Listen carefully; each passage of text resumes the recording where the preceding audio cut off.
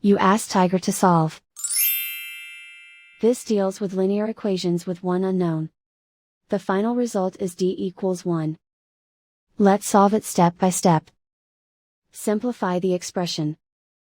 Expand the parentheses. Multiply the coefficients. Simplify the arithmetic. Group all d terms on the left side of the equation. Add 4d to both sides. Group like terms. Simplify the arithmetic.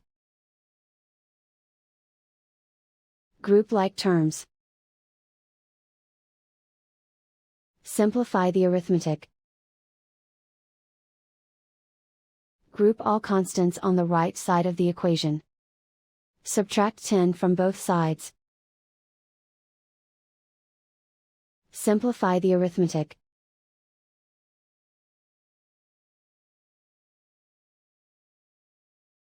Isolate the d. Divide both sides by -8. Cancel out the negatives. Simplify the fraction. Cancel out the negatives. Simplify the fraction. And so the final result is d equals 1.